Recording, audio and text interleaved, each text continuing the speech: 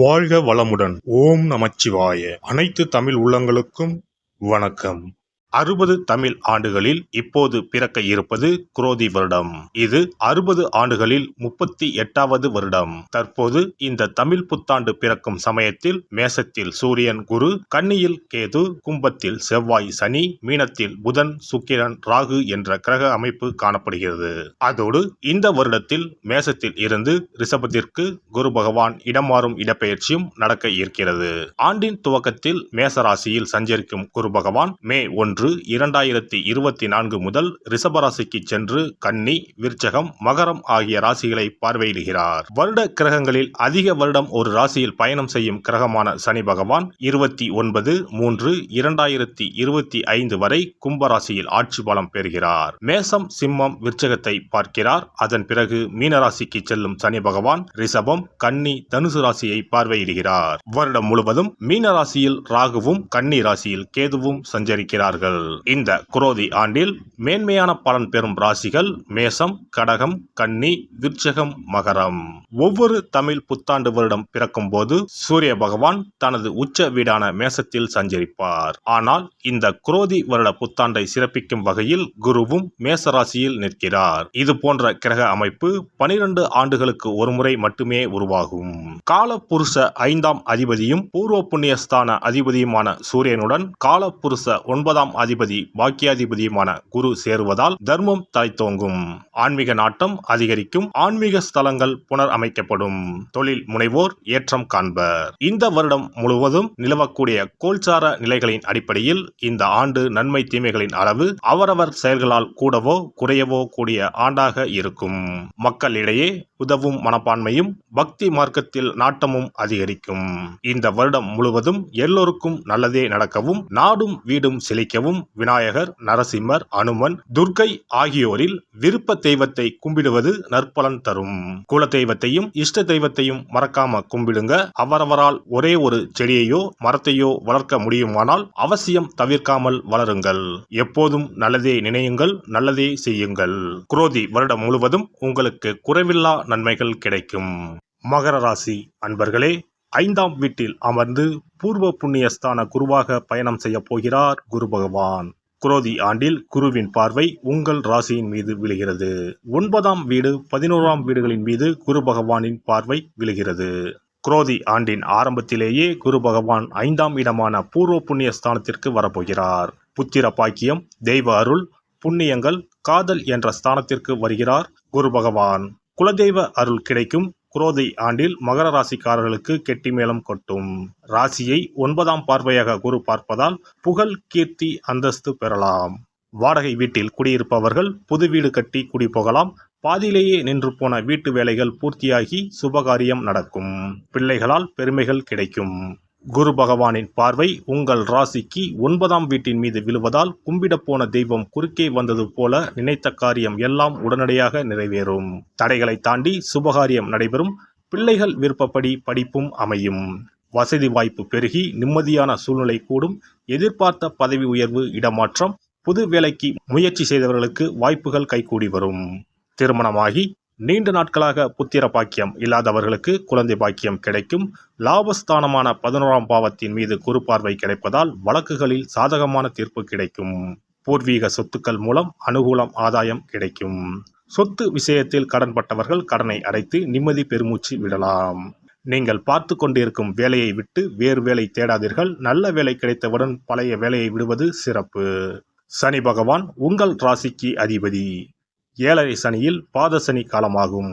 இன்னும் ஓராண்டு காலத்திற்கு குடும்பஸ்தானத்தில் சனி இருப்பதால் வாக்கிலும் நாக்கிலும் கவனம் தேவை.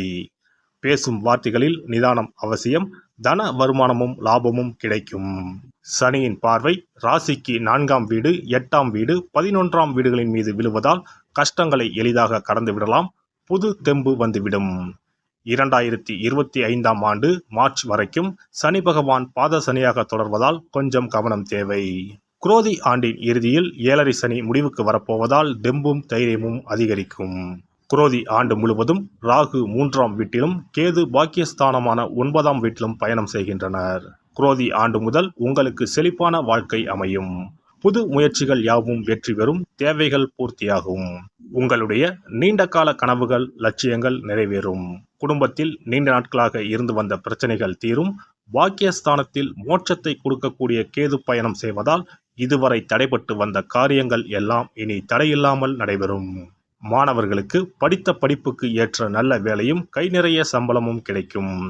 குரோதி ஆண்டில் மகர ராசிக்காரர்களுக்கு அற்புதங்கள் ஏற்பட போகிறது. அனுபவிக்க தயாராகுங்கள்.